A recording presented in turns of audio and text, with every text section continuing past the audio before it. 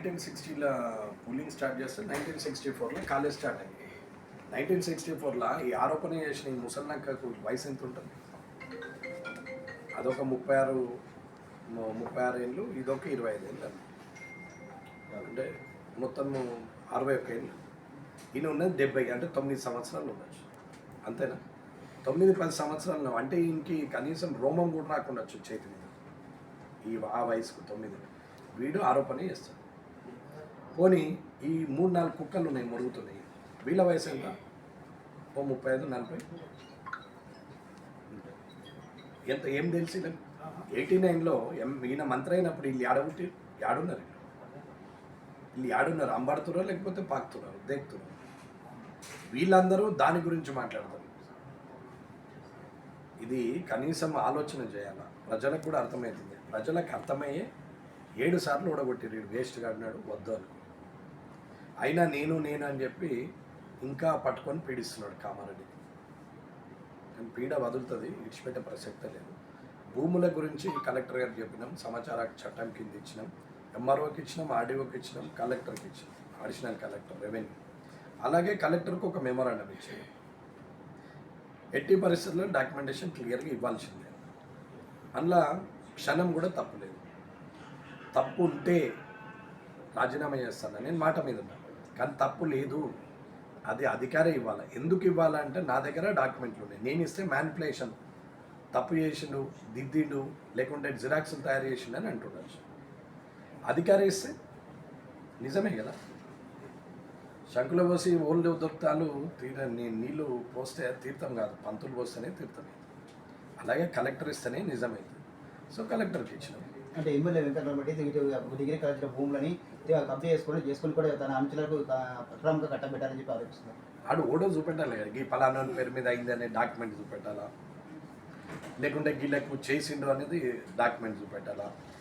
మొన్న ప్రెస్ మీట్లో చెప్పినాం, ఆరోరా కాలేజ్ వాళ్ళు ఏం చేసిరు, ఏమైంది, ఇలాంటి దొంగ పని చేసిరు అని చెప్పినాం. కోర్టులో కేసు నడుస్తుంది, గవర్నమెంట్ చూస్తున్నది. 8.5 ఎకరాలకు నడుస్తుంది, ఆరోరాకు నడుస్తుంది. కలెక్టర్ సత్యనారాయణ ఇప్పుడు రేరా చైర్మన్ ఉన్నాడు. రామచంద్రారెడ్డి పవర్ ఆఫ్ అటర్నీ తీసుకొని రిజిస్ట్రేషన్లు చేసిండు. అడగండి, ఆయనను చెప్తాడు. ఆయన 142 ఎకరాలు ఏం చేశారు రాజారెడ్డి గారు, తర్వాత 120 ఎకరాలు ఏం చేసినామనేది చెప్తారు ఆయన. కానీ ఇప్పుడు తమ దగ్గర సాక్ష్యాలు ఉన్నాయి, కానీ తమ వస్తున్నామంటే కూడా వెంకటరామరెడ్డి రావట్లేదని చెప్పి ఆరోపిస్తున్నారు. లీడర్ ఎవడు? దేనికి లీడరు? వాడు సర్పంచ్, వార్డు మెంబరా, వాడు ఎవడు? వాడు కనీసం ప్రజాప్రతినిధిగా ఒక్కసారైనా ఎలక్ట్ అయినవాడు ఉన్నాడు అట్లా. వాడు మాట్లాడితే వాడు ఏ వయసు, వాని హోదా అయింది, ఎవరికి మాట్లాడు? ఆరోపణ ఎవరు చేశారు? ఆరోపణ ఎవరు చేశారు? ప్రభుత్వ సలహాదారు చేశారు. నేనెవరికి చెప్పిన ఛాలెంజ్? ప్రభుత్వ సలహాదారికి చెప్పిన. ఎడ దాచుకున్నా మరి రావాలా కదా.